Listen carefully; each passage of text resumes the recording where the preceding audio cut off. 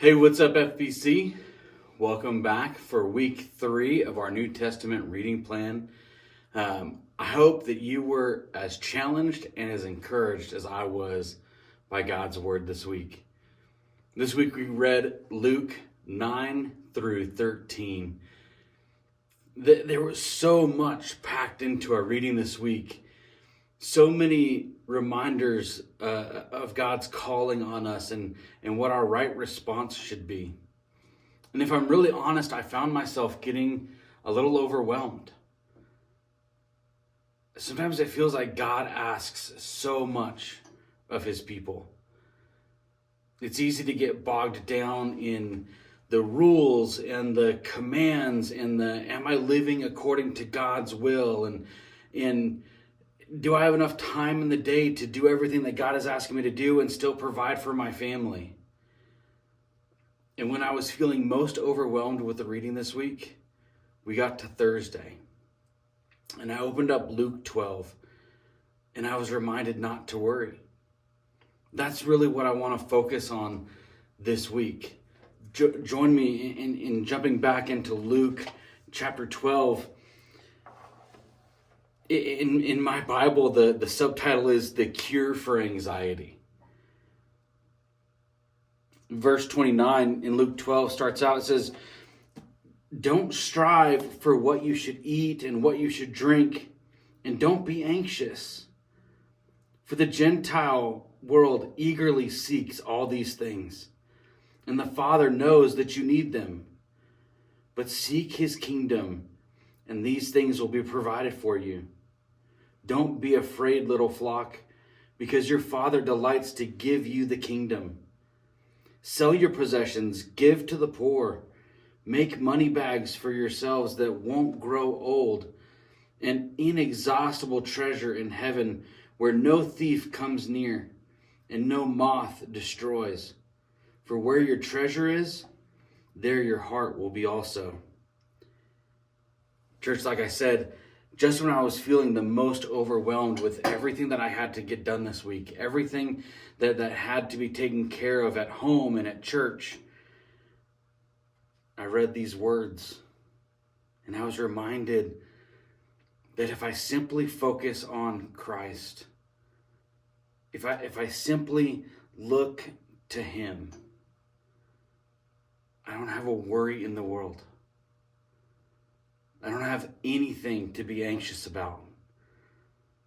God's grace is enough for when I come up short again and again and again. I don't have to worry. I don't have to join the rat race and run after things that simply won't last. My retirement plan won't last. This job that I'm doing at the church won't last.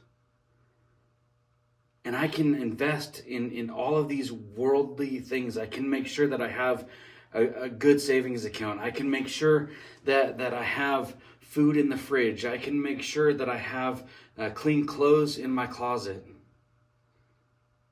But God's word is so faithful to remind us that those things are only temporary. And that my heart needs to be set on Christ and on the things above. That last verse 34, let me read for you again. It says, "For where your treasure is, there your heart will be also." If my treasure is in my savings account, that's where my heart's going to be. I'm not going to care about anything or anyone else except for making sure that I'm taken care of. If my treasure is in my career, even my career as a pastor, then that's where my heart is going to be. Not in the sense of faithfully fulfilling a call, but making sure that people like me, making sure that I'm well respected. That's never what Christ calls us to. Over and over again in the reading that we read this week, we were reminded that it's about Christ. That if we say we follow him, we're going to follow him. That if we say we love him, we're going to keep his commands.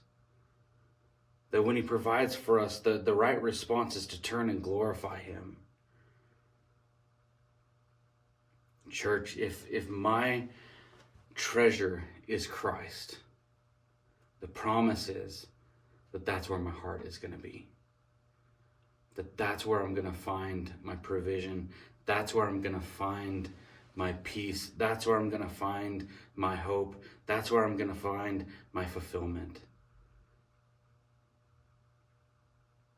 Church, let's set our hearts on Christ. Let's treasure him. Let's treasure his word. And together, let's keep diving into this word that is so good. Church, we love you. I'm so glad that you're on this journey through the New Testament with us. Keep reading. Keep praying. Keep serving.